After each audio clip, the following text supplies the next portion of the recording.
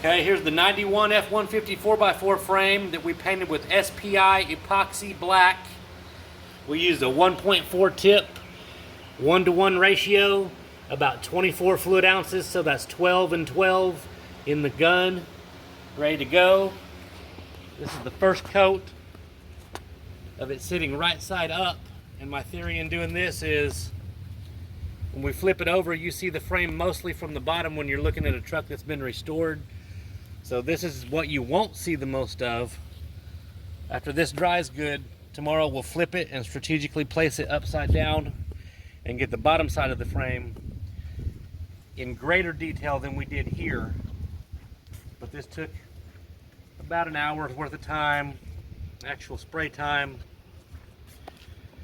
And as you can see, we got most everywhere. There's not any spots where you can see bare metal.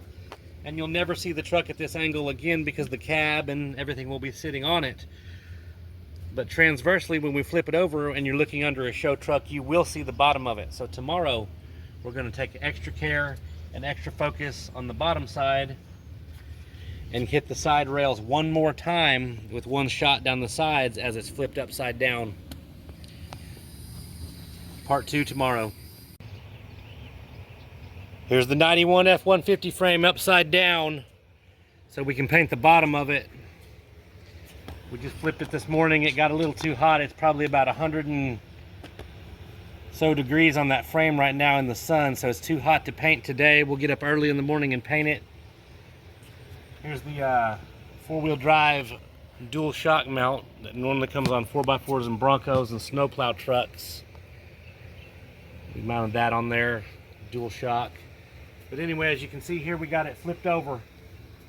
You're going to see all this a lot better from the bottom when you're looking at a truck that you're restoring for looks. So we'll take a lot more care in getting into all the nooks and all the spots where the paint doesn't get. You got to take your time, 2 or 3 different coats and a bunch of different angles on this. Work our way around here. You can see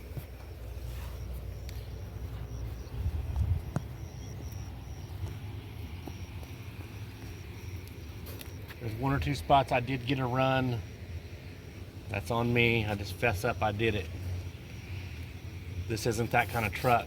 Now when we do the Chevelle, it's going to have to be absolutely perfect, but the things he's going to do with this truck is just have a lot of fun. It's going to look real good.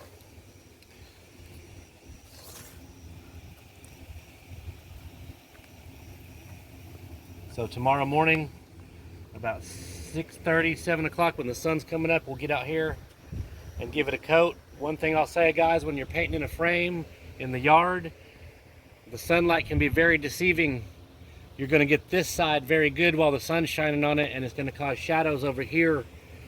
So that's why we did 1 coat in the morning and 1 coat near the end of the day when the frame had cooled down to get the good angles on it. So as soon as we get this thing painted, we'll do 1 more video, then we're going to set it out in the sun to dry for about 2 days. Pull it in the garage. Engine, transmission, axles is all ready to go. Here's the freshly painted 91 F150 frame, completely done in chassis black. We flipped it over. Got out here at about 7 o'clock this morning when it was nice and cool. It's still not too bad out here. Coated it. Looks good to me. It's still damp to the touch. Gonna let it sit out here probably 2 days in the sun and bake because we got some jobs to go do. And then we will bring it in the garage delicately and start setting it on its axles, putting bracketry to it, set the engine in there, transmission, fuel lines, brake lines, core support, cab, bed, everything. Soon to follow. One thing I might say is these frames are real noted for weakness right here and breaking and cracking. This was a rivet. These were rivets from the factory. I covered in an earlier video, we just bolt these back in place with a grade 8 or equivalent. These are actual Ford bolts.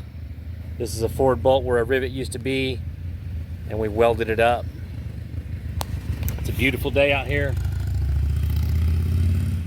Gonna let it bake in the sun and we'll show you some more later.